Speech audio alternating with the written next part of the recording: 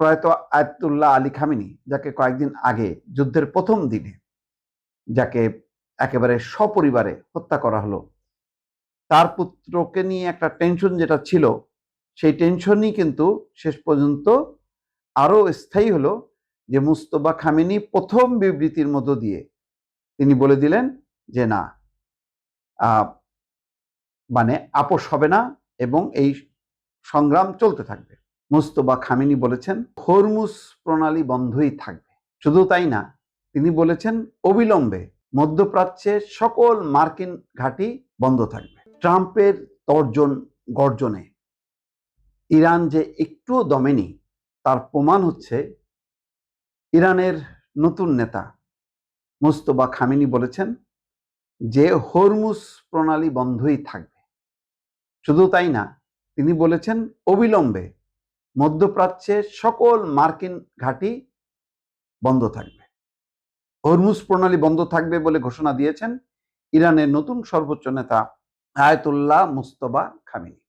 এবং এটা একই সঙ্গে ট্রাম্প এবং ইসরায়েলকে নতুন একটা চ্যালেঞ্জ ছুড়ে দিল যে আমরা এই হরমুজ প্রণালী ওপেন থাকবো না। এবং ইতিমধ্যে একটার পর একটা কিন্তু ক্ষেপণাস্ত্রের আঘাত হানা হচ্ছে জাহাজগুলোর উপর। ইরানের নতুন নেতা নির্বাচিত হওয়ার পর প্রথম বক্তৃতায় তিনি এই কথা বলেন। বিশ্বের জ্বালানি সরবরাহের গুরুত্বপূর্ণ পথ হরমুজ প্রণালী, বিশ্বের 1/5 তেল এই পথে পরিবহন করা হয়। এই পথ বন্ধ থাকায় জ্বালানি তেলের দাম ইতিমধ্যে ব্যারেল প্রতি $100 ছাড়িয়ে গেছে।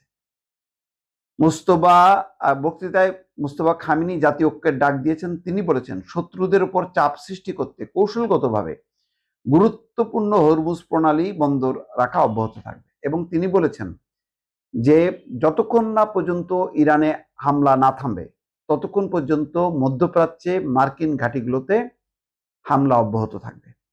পরিষ্কার বক্তব্য যে কোনোভাবেই কিন্তু নতুন নেতা নির্বাচিত হওয়ার পর যেই ভয়টা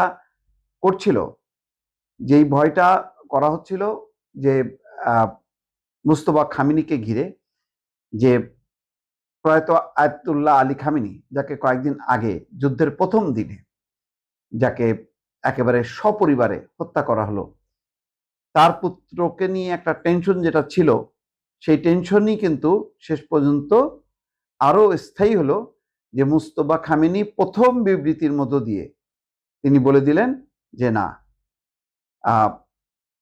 মানে আপোষ হবে না এবং এই সংগ্রাম চলতে থাকবে। দেখেন, বলছেন মুস্তফা খামেনি বৃহস্পতিবার দেওয়া প্রথম ভাষণে তিনি বলছেন স্কুলের শিশু সহ শহীদ সব শিশুদের রক্তের প্রতিশোধ নেওয়ার জন্য ইরানের এখনো হরমুজ প্রণালী বন্ধ রাখার কৌশল অবলম্বন করা উচিত। তিনি বলেন প্রতিবেশী দেশগুলোর সঙ্গে ইরানের বন্ধুত্বের নীতি রয়েছে, প্রতিবেশী দেশগুলোর সঙ্গে।